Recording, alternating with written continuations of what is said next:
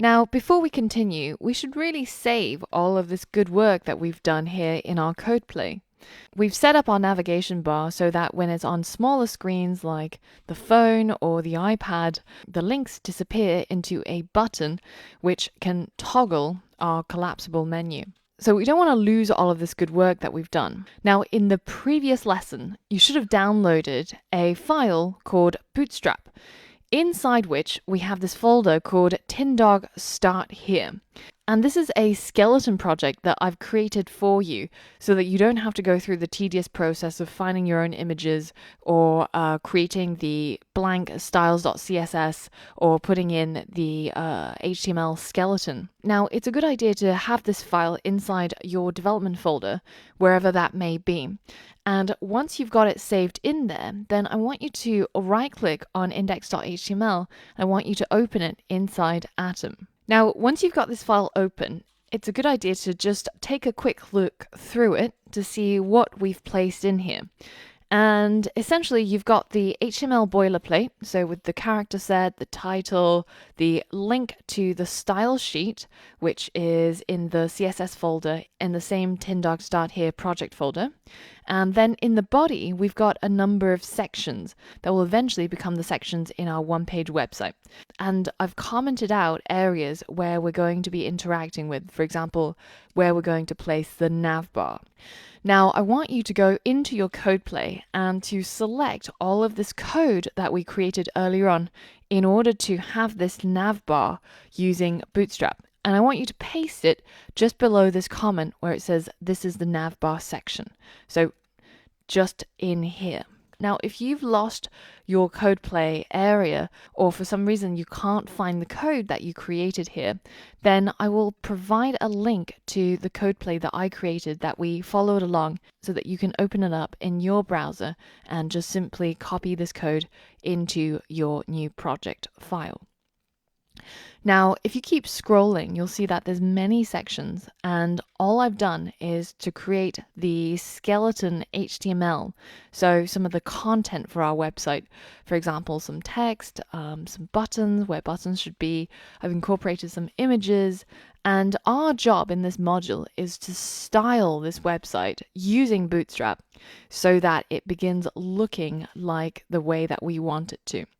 And because we've studied our HTML in the previous modules, I don't want us to have to spend a lot of time creating these H1s or H2s or H3s.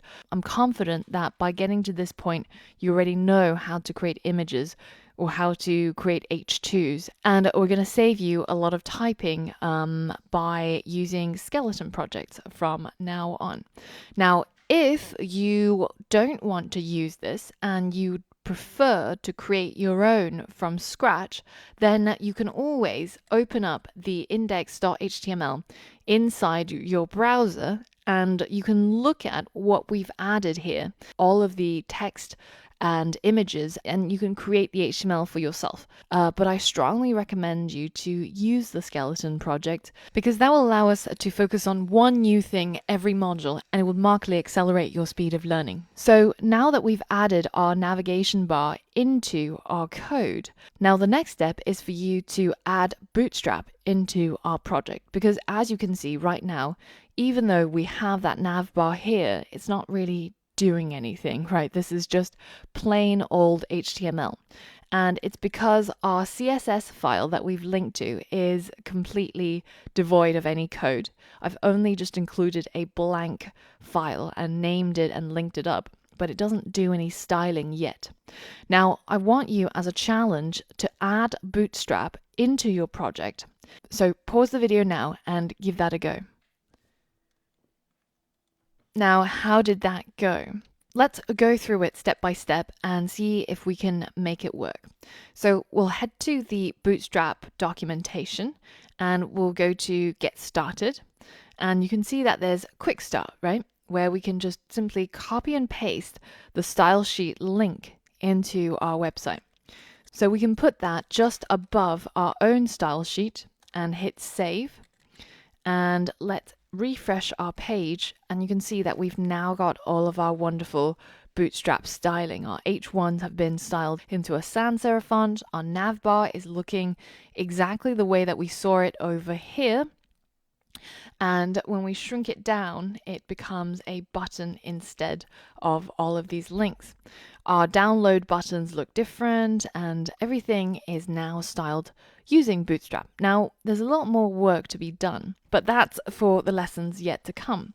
Now, for the keen-eyed amongst you, you might have noticed that something is still not quite right with our project, even though we've enabled Bootstrap.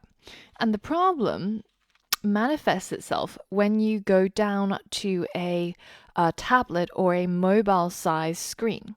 Now, we do have this button that appears, but if you click on it, you'll notice that absolutely nothing happens. Now, if we go back to our code play, you'll see that we have the same code for our navigation bar. But here, if I toggle this, it works perfectly. So why is that? Well, the reason is because in order for the Bootstrap collapsible menu to work, you actually need some JavaScript and jQuery.